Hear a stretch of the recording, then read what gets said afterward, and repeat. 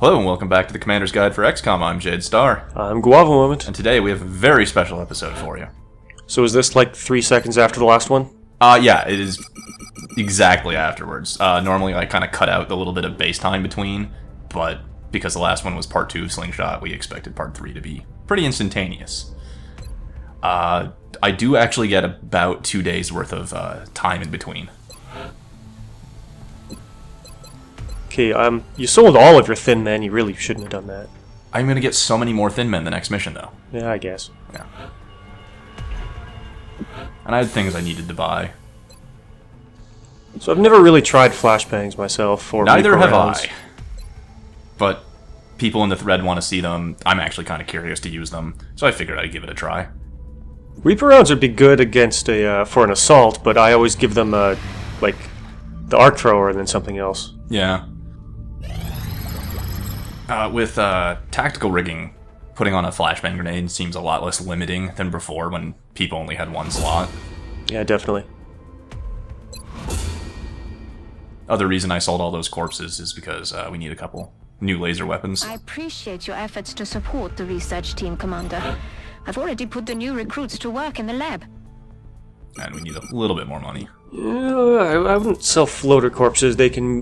They're limited. You won't get an infinite number of them, and you can use them for flying. What is it? Your interceptor bonuses. Yeah, the dodge bonuses for interceptors. Yeah, I would have done something else. A muton or chrysalid. No, not chrysalid. No, not chrysalid. Mutons I need several of for ammo conservation. You're definitely going to get more mutons, though. Yeah, that's a good point. Commander, we have an incoming transmission from the Council. Here we go, part 3 of Slingshot. Now that the train has run around Hong Kong for 2 days, apparently the alien battleship is confused like a moth with a candle. We are confident that you will handle this matter with discretion. So I was promised a second mech, You were. but you just got rid of a mech to add in a mech. That's no good. Oh, you wanted 2 mechs on the same mech? Yeah! Oh, my Clearly! bad. Sorry. Next mission, I'll remember to do that for you. The flamethrower stream will burn not only the cone our mech troopers are, but will spill into nearby areas as well. I figured Isis would want her purple stripes back to match her hair. Yeah, it looks pretty good. Yeah.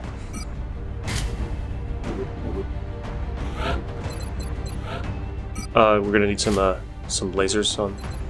Yeah, we're totally gonna need some lasers. Okay. Yeah. So we had this argument in the thread a while ago of flamethrower versus punchy mech. Yeah. I'm very pro punchy mech. I do I not am like too, the flamethrower.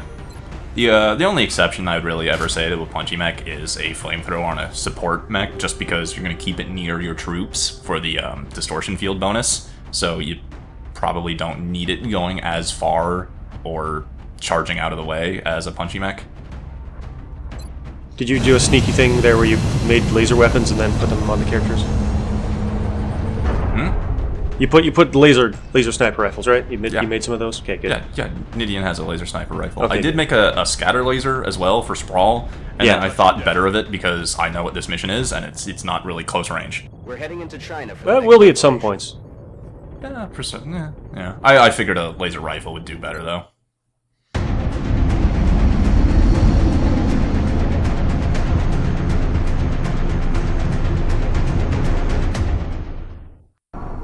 Big Sky took care of the delivery, but now comes the hard part.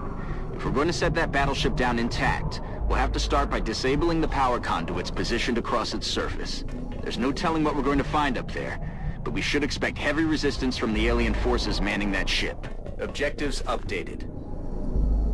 Bradford kind of gives us the gist of the mission. There are 6 points that we have to either deactivate via node touching, or we can just blow them up as well.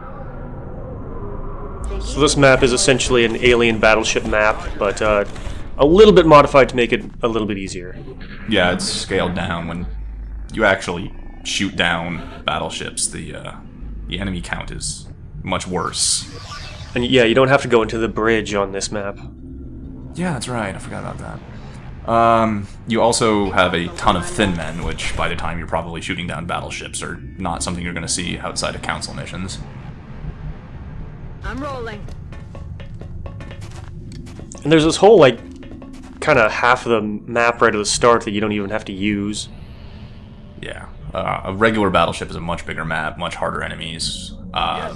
Surprisingly, probably not more enemies. One of the saving graces of the difficulty of this level is that the enemies don't come in packs of 3 like normal. They kind of trickle in like council mission style. No, there is one part of this mission where it's the same as this and on battleships, and I'm kind of interested in seeing how you deal with, because it's kind of BS. Is it the douche disc? Yes, it is, clearly. Okay, yeah. Yeah, fuck that thing. Moving to position. But we're getting ahead of ourselves here. Right, thin men. Now go hide behind that explodey thing as cover. No, they didn't. Yeah, well... The conduits positioned on the surface of that battleship are tied directly into the ship's power grid. If we can disable the conduits or destroy them with explosives, it should put that thing out of commission, allowing us to seize its cargo without the risk of collateral damage. Now, those conduits actually, like, explode for extra damage, like power sources, or... Yes. Oh! Oh, yes, definitely. Okay. Wasn't aware of that. Oh, that's part of my tactics later on. Enemies love using them as cover, and then you just blow them up. With 4 health, though, I mean, anything that blows up the thing is probably going to kill them as well. I guess except for a regular grenade. Ziel ist weiter aktiv. I like ISIS's aim, but even still. Misses a little bit. Yeah. It's no problem, though. I've got a sniper with a pistol. We can solve this. Aye, aye.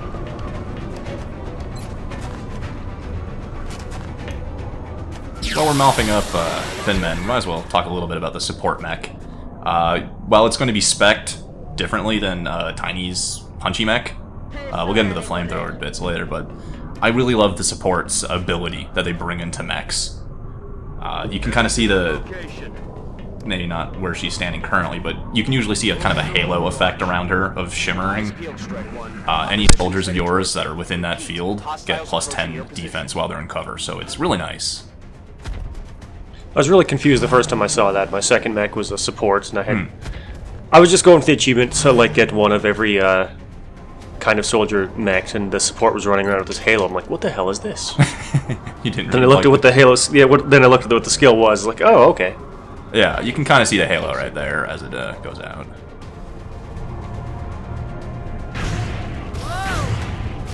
I'm going to be using so much lightning reflexes this video. It's just the greatest skill. I got kind of lucky there. Spotted the other alien, but not enough to draw the Overwatch shot. Since she already used lightning reflexes, that could have been bad. Bye-bye.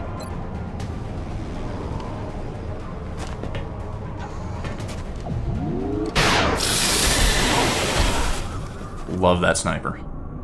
So right here, you can kind of go up, and then to the right here, it's kind of a mirror of where you just started, but there's no reason to on Gangplank.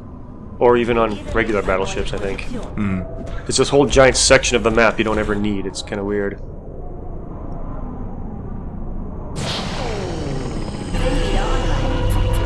Commander, whatever you just did seems to have stirred up the Hornet's nest. The aliens are going to throw everything they've got at us to protect that ship. Yeah, actually shooting down a battleship, I think I've done it once, just for the achievement. I shoot them down, you know, whenever they show up. Usually I don't see them until I have firestorms with EMP cannons. Yeah. Those will take care of it. Just a quick point in case I never mentioned it right there. The immune pop-up because Tony White stepped into poison, but he's carrying medkits. It's always nice to know that your medkit carrying soldiers are immune to poison clouds. I don't think that's really even explicitly stated anywhere in the game. It might be... I think it is, but you kind of have to go digging for it. They don't make it very clear. Yeah. So that's an incredibly unthreatening single chrysalid. Yeah. As I said, the difficulty of this mission, it's kind of a battle of attrition. There are a lot of enemies, there's a lot of ground to cover, and a lot of situations where you can get hurt. But typically, if you stick together and know what you're doing, it's usually like a 6-on-2 fight. There's usually not many encounters where you actually have to deal with 3 or more hostiles at a time. No, I don't think this is one where the spawns are programmed like the other ones, but just as you move up, you can deal with things as they show up. I think they are programmed to some extent. I mean, I definitely see patterns. I don't know where they down drop. to the square, but I don't know be the certain trigger patterns. points. Yeah, Yeah. I don't know where they trigger from, but I definitely see thin men drop into the same places every time I play this. That chrysalid is always over there on the right. and once you kill that chrysalid, yeah, you know you're pretty much safe to start going forward and jumping onto these towers. Well, this guy showed up, which was a little odd, since he's way beyond anywhere I can see at the moment. I guess maybe James Dean triggered him, or ISIS being that close to the jump pad. Look who's here. Again, kind of surprised that I did that perfectly without triggering its Overwatch, but I'm using my assault anyway. Never explain how your characters know that those are elevators. That's a good point. Well, in the original XCOM, how did your characters ever know that the grav lifts were grav Yeah, I lifts? know. It's just something, a little thing that bothers me. Yeah, it's not like UFO Aftershock where you gotta research the doors. I love that. Aftermath. Sorry. I love that so much. Wait, UFOs have doors? Fuck, how do we open these things? So this is clearly the best place to be for this part of the map. Oh yeah, there's just no way you can say no to nice high ground. Just perch way up here and shoot everything. Yeah. Free 20 aim, who's gonna argue? Der ist tot. I loved how that body kind of flew away. Yeah. It's really fun if you actually manage to knock a body off the map like you're showing here. I just like the skybox. They put some Yeah. effort into showing the cityscape below, and It it is does very look really cool. cool. But yeah, tossing a body over there is really fun. Oh man, now I kind of miss Tiny. I would have loved to boosh an alien into the city. Someone posted a GIF of that boosh from the last mission. Yeah. And I literally cannot watch that GIF without saying it. I sat and I watched that thing for a minute, and I had to say boosh every 5 seconds. I literally have a problem. I was streaming the other night, and when you linked that to me, I shared it with the stream, and Rum Rusher drew a picture of Tiny booshing a character from the game I was streaming. That's where that came from. Yeah. You post that in the thread. Okay, sure. So, meanwhile, high ground's still always the best option, and right there is kind of why I didn't put a shotgun on Sprawl. Just, so far we haven't really had close-range encounters. Hostiles are closing on your position, Strike One. Well, so high ground with the support mech right beside them, those characters are pretty much invincible.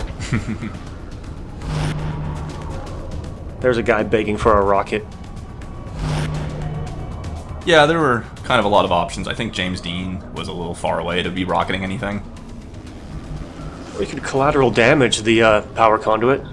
I could. I did That would not be realize fun. those things exploded to actually deal damage. Oh yeah. I just thought they were terrain like anything else. Incoming fire. I'm under fire. Did I mention I like lightning reflexes? Okay, well you dodged one, but then one of them legitly missed. Yeah. I hope the game prioritized lightning reflexing the Thin Man shot and let the sectoid just shoot, because those things have shit aim. I don't know how that would work. Yeah. That's the second person that's got promoted already, Yep. that I've noticed at least. I think there's only going to be 2 promotions at the end of it. Entirely unnecessary, but I wanted to use the flamethrower. And it doesn't blow up the power conduit? What the hell? Yeah. I don't know, maybe they're really well thermally insulated?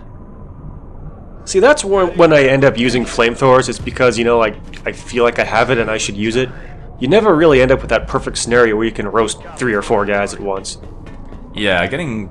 Yeah, 3 can happen, 4 probably not. And if that was Tiny, he could have just run up and punched that guy. Yeah. And it's a little more satisfying. Bin unterwegs zu neuer Position. Yeah, yeah. I still say heavies should definitely always have the punch fist. Supports, maybe not as great an argument for them. Yes, Commander. You only get 2 flamethrowers. That's just not enough to really have fun with it. Yeah, well, it'll be 3 with no, it won't be 3 with expanded storage, will it? Damn. Well, there's something that increases it, doesn't it? There's Illyri Jellium, which increases the damage per shot. Illyri Jellium, did you say? Jelly Delirium? I'll have to check the tape on that. I thought you said something else for a second there. About to heat up over there, Strike One. X-rays are making their way to your position. Okay, so this is about to be the fun place. Yeah. It's where the map kind of splits in 2. Yeah, parallel hallways leading through the next area, so you probably should split your team up. I always have. I don't know if it's really necessary. I split them up. Going through the doors, there's not a lot of cover for 6 people on either side of the door. And there is ways that you can go through the doors and then cross over to the other side if you need to. Yeah, you can kind of see the cross bridge there. Really wasn't expecting Sprawl to see someone between the gap and the walls.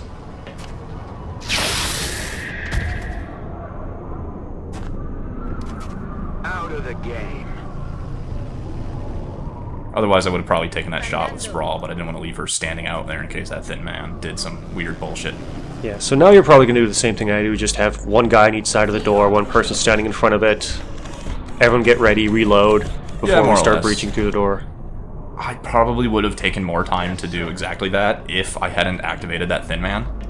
But I didn't want to risk him charging through the door and just suiciding a LPR into someone's face. Well, everyone who's not reloading or whatever should be overwatching, and that guy would get shot immediately. Right, I figured Nidian would be able to overwatch somebody if they came through the door. I always find that place is just a little too far away, or the angles just aren't right. Moving to position. Did I mention I like lightning reflexes a lot? Heavy fire. I think that's the 3rd lightning dodge so far. Oh god, it's a skill you should be using this much. I was really worried for a moment with that activation animation that I was going to take a second shot, and then this slow-mo okay. turn and... Yeah, I don't know.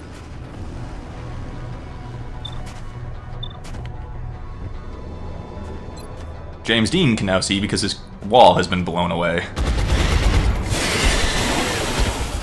I hope that wall is still cover for him.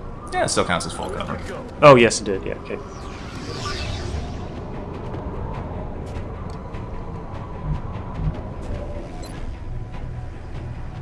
Yeah, take that shot. Yeah. No longer a threat. See, now that you've gotten through the doors, that sniper really isn't any good, so it's... No, it's time to start dashing forward. So I wouldn't even bother putting him up there in the first place, just get by the doors. Yes, sir. I might have waited a turn too long with Nidian, but I felt it was safer than sorry with that, just because that activated Thin Man. If I hadn't activated that one with Sprawl, I probably would have. You guessed it, boys and girls. You've got hostiles inbound. Stay. Okay, so this guy. Douche disc. So, when was this cyberdisc activated? Huh. Yeah. Just comes through the door, grenades me. That's what that thing does. It just wrecks you. Yeah. Especially if you go through the door and it's the first thing you see and you run straight into it. Even if it has some drone buddies with it. Yeah. It's not fun times. No, that disc is a real bitch, because it starts pre-activated. I've even had it come through the doors, like where Dean is right now. Oh god, that's the worst. That happened to me once, and everyone reaction fired it, and it blew up there with 3 people standing beside it at point blank range. That's actually... That was the best move that douche disc could have made. I don't know. I mean, that, hurts everybody for like 3 damage? I think it's more than that.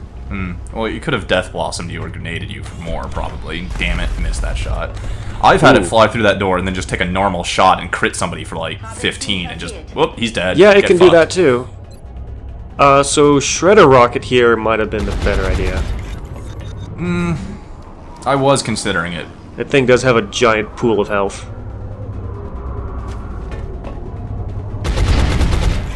Right, It does have a lot of health, but I mean, 2 heat ammo shots and it lost 15. I feel You pretty have good about it. abnormally high accuracy heavies. The way I play, I wouldn't have been able to rely on 2 heavy shots connecting. Right. Look, I just pay my soldiers more than you do. See, I probably would have kept the assault for a rapid fire into the douche disc. Yeah. In retrospect, I probably should have. Because that's what assaults are good at, just doing tons of damage and ha! I think I was actually thinking I wanted Sprawl to run and gun, but then the poison cloud kind of screwed with my expectations. Either way, I had enough soldiers and enough actions to make it work either way. He's dead. Yeah, just pistol that. It's fine. So now this like split hallway still has 2 doors, and then there's 2 hallways going up around as well. Yeah, 2 doors to go through in each of those. So you That's have a kind whole bunch of circuitous. different ways you can go into this next room. Yeah. First though, you gotta hit those conduits. On the move. And heal a person. Yeah.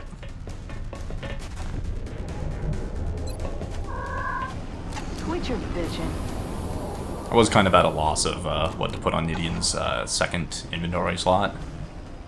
So I figured it was a good chance I'd need another med kit somewhere around in this fight. It's nice that you can equip alien grenades without having to research them. Yeah. And then somehow they regenerate themselves at the end of the battle. It would be a little bit That's weird. breaking if you had to continually recapture alien grenades. The power conduit is disabled, but you've got 3 mean- more to go. Think about the other grenades, though, that they also do that. The flashbang grenades. I had to pay 19 XCOM fun dollars for one flashbang grenade. I'd Maybe hate to that's have to like, do that. call that setting up the production line. Hostiles are inbound to your location. In manufacturing, it's the first item that costs it like $1,000, and then everyone after that's like 3 cents. Well, yeah, that's fixed cost versus marginal cost. Yeah. I'm not sure Firaxis really wanted to put, you know, basic economic lessons into their game.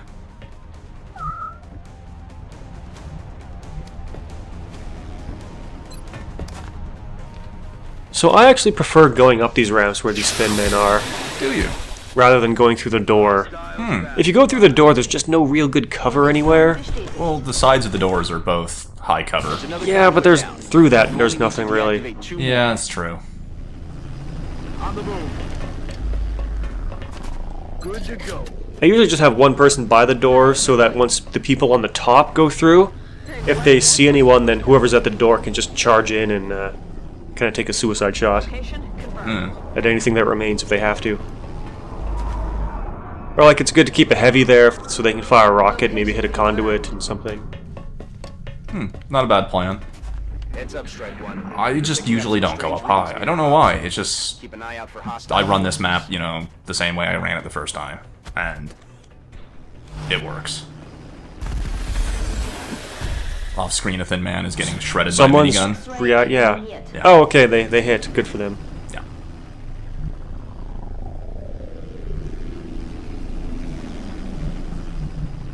Alright, thin man and muton left in the final room. Already there. I usually find that if you're prepared and you get to this door, I've got both of my guys with good shots on a guy standing out in the open. You're playing this way more aggressive than I would. Really? I always form up by the doors, make sure everyone's loaded or with their guns, and overwatch if they don't have anything to do until everyone is absolutely ready to go through. Oh, okay. So once I do open that door, though, I mean I completely wreck everything in one turn. My thought here was that these guys just dropped out and aren't in cover yet, so might as well open the door and shoot them before they bother Okay. to take cover. That would make sense. Yeah. See, mutons are dangerous. Not so much when they stand out in the open and can get critted. No.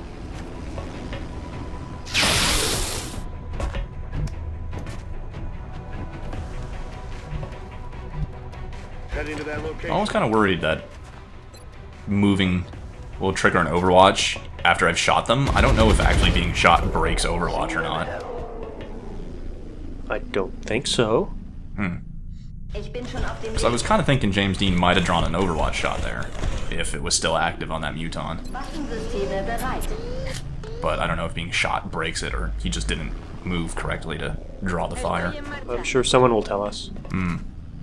Oh, speaking of which, the thread pointed out mutons actually carry LPRs early on. Yeah, I knew that. I've never noticed that. I absolutely knew that.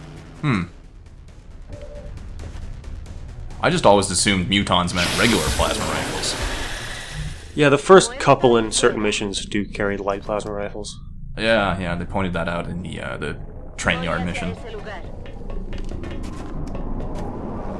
So you can kind of see at the top of this room there's another door, that's where the bridge is. So you'd have to fight a bunch of aliens in there, but in this particular map there's nothing there. Yeah. Makes it quite a bit easier, because that bridge is not a fun room to go and storm. Moving to Overwatch. Let's see, what would it have an escort as well as the commander unit? Typically. Oh, okay. And by the time you're shooting down battleships, the commander in there is a much more powerful alien than what we're used to. Yeah, it's not an outsider anymore. No. Ich halte Ausschau. Really thought there'd be another alien or two, but nope. The alien music is playing. Nope, okay. That ship is now 20 aliens killed. That's probably the highest mission total we've seen so far. Which would Cyrecon? probably be really, oh yeah, Cyrecon. But would really be more deadly if they came in groups rather than one or two at a time, kind of piecemeal. But that's the whole point of this DLC. It's here's a free battleship and some stuff. Yeah. Have some blaster launchers. Have a guy from the Chinese Triad. Have It takes so many fragments, though. What, blaster launchers? Yeah. Oh. Yeah, we went through this rapid fire. AVR. But this choice. What do we In got the here? zone or double tap. They are both so good you need two snipers. One within the zone, one with double tap. That is And that's the pretty much final my answer. suggestion. Yeah, Yeah. that is really my suggestion too. They are my children's. I love them equally. Don't make me choose. It kind of comes down to how much you can set yourself up to get use out of in the zone. If you're not particularly adept at figuring out all the ways you can score tons of free actions off in the zone, you're probably better off taking the safe choice of double tap. Yeah, double tap's the easier, safer choice, but if you can work it in the zone, can be more powerful. Yeah. But then again, double tap is so good for just that one oh crap moment where you really need something to die.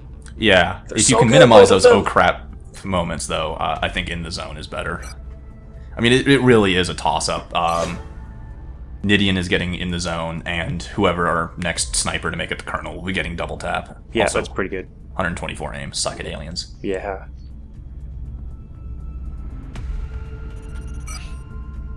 As you mentioned, the whole capture a battleship, have a free thing. Look at all that goodies we get to keep. 300 Illyrium, 500 alien alloys, 6 flight computers, 5 power 2 sources. fusion cores is the special one, but Yeah. not enough weapon fragments. Blaster launchers, god, they're so expensive in terms of weapon fragments. Can't we take, like, weapon fragments off the battleship itself? It's got weapons, right? Yeah, you'd think. Yeah. We will be in touch, Commander. So is that your first Colonel? Yeah, that's my first Colonel. Does it does it unlock in the training school? It used to unlock Don't Die On Me, but they replaced that. Okay. I forget what with. Lead by example. Oh yeah. That's actually a good skill. That is a very good skill. Yeah, it really helps shore up low willpower rookies and so forth. They get to use the willpower of the squad leader if he's nearby. Also, just pointing out how much ridiculous amount of money you can make selling all the salvage off that battleship. 500 alloys at $200 each is over a month worth of funding at this point, plus the Illyrium. You're gonna use all of that though. Sooner or Maybe. later. Sooner or later. I mean, it's really not a bad idea if you need to at this point in the game to sell off a good chunk of that alloy and Illyrium for funding if you need it. Yeah, you're approaching the part of the game where you're funding limited and transferring into weapon fragment limited. Yeah. All in all, good day, good mission, lots of loot. Hopefully I'll get a couple of days, maybe even a week to have the base run and catch up to projects, get some heavy lasers and so forth. Look at that little muton in the corner. Yeah, trapped in his little glass jar. He's so cute. But that's it for Slingshot. The story is over. Jang is still ours. Everything's resolved. And that'll be it for this video as well. I've been Jade Star. I'm Guava Moment. And thank you for joining us.